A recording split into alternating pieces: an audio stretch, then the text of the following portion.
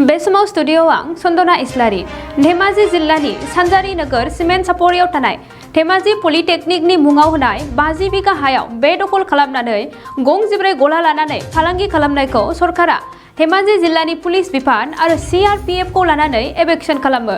खौरांगिरिनि सिगाङाव सार्कल अफिसार रितुपर्ल बरुवा आरो धेमाजिनि ADC उत्पल दलिया मा बुंदों फैजों आबुङै मोनथिनानै लानि।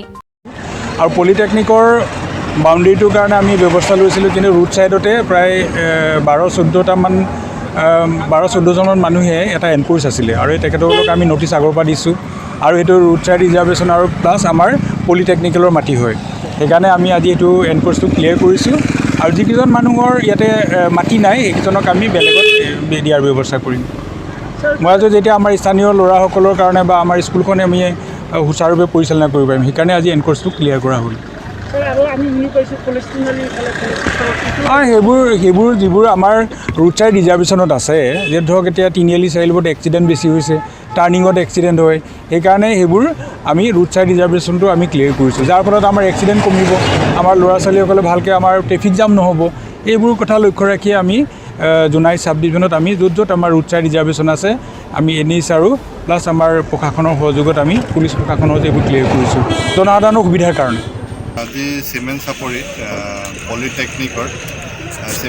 পলিটেকনিকত আবণ্টিত মাটিত যিসকল লোকে ইয়াত ঘৰ বা দোকান দি পেলাই বেদখল কৰি আছিল তেওঁলোকক আমি ইতিমধ্যে 2 মাহৰ আগৰ পৰাই আমি নটিচ দি আছিলোঁ যাতে কাৰণ ইয়াত অলৰেডি তেওঁলোকে পলিটেকনিকৰ বাউণ্ডৰী ৱালৰ কাৰণে বাউণ্ডৰী ৱাল কনষ্ট্ৰাক্ট কৰিব নোৱাৰাৰ কাৰণে আমাৰ DC অফিচত তেওঁলোকে আবেদন কৰিছিল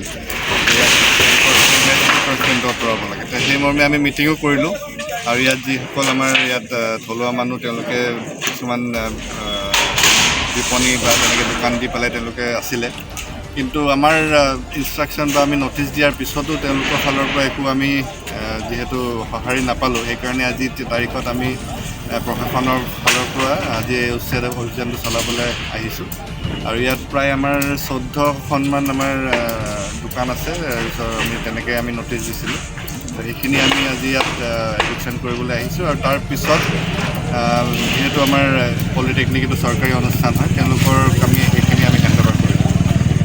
জিলা প্ৰশাসনৰ উদ্যোগত হৈছে হয় জিলা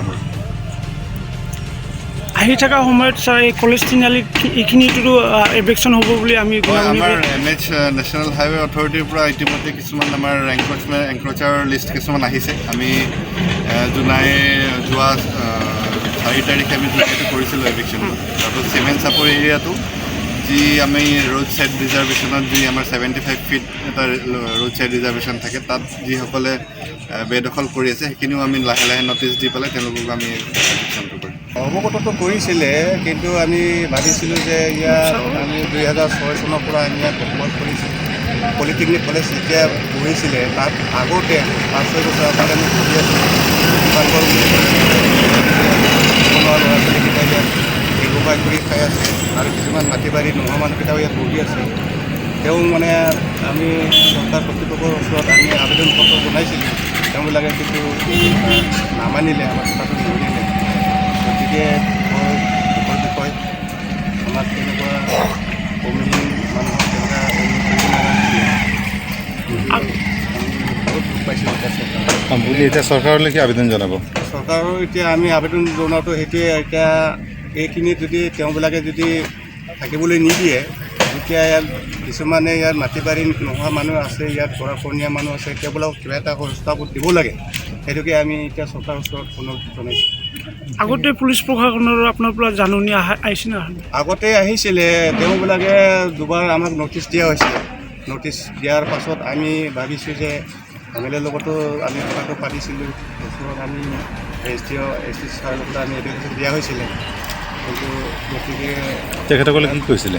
তেওঁবিলাকে কৈছে এইটো ওপৰৰ পৰা অৰ্ডাৰ আহিছে অৰ্ডাৰ মতে আমি কামটো কৰিব লগা হৈছে কিন্তু আমি ভাবিছিলোঁ যে ইয়াত কলেজ বহিবনে ইয়াত মেডিকেল বহিবনে নে থানা বহিবনে চাৰ্কল বহিব সেইটো আমি নাজানো কিন্তু আমি ইয়াত 2006 চনৰ পৰা আমি ইয়াত বহি আছোঁ ইয়াত বহি মেলি আমি 14 চনত ইয়াত কমিটি গঠন কৰিলোঁ চৰকাৰক আমাক অনুমতি দিলোঁ কিন্তু এতিয়া সেই ক্ষেত্ৰত এতিয়া তেনেকৈ কৰিব নালাগিছিলে কিন্তু তেওঁবিলাকে বহুতো নিশ্চয় অন্যায় কৰিছে জনসাধাৰণক সেইটো কাৰণে আমি এতিয়া বিশেষ আমি ইয়াত অসমীয়া বড়ো মিলি আমি ইয়াত 14 ঘৰ আছে।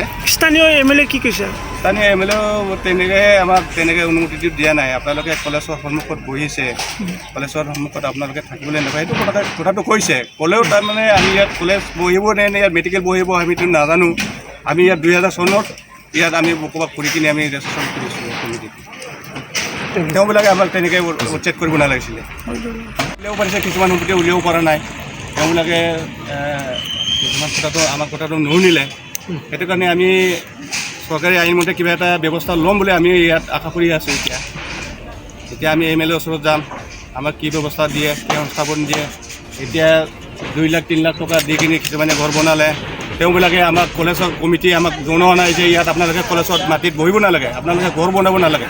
সেইটো আমাক কেতিয়াও আমাক নটিছ আকাৰে বা কিবা এটা কথা আকাৰে আমাক জনাই দিয়া নাই।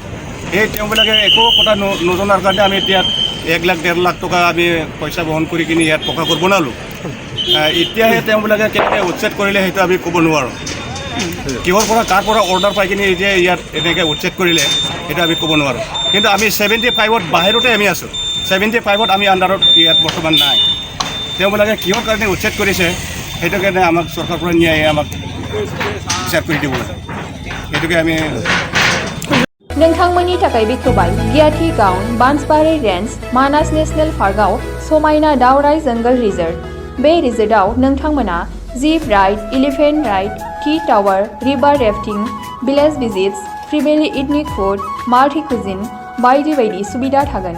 बुकिं खालामनो आरो गोबां मिथिनो थाखाय फन खालामनो हागोन 6900 226214 9954 961 665 8638 360 282 9859 161 912 दावराइ जंगल रिजर्ट मानास नेशनेल पार्क कियाथि गाउन।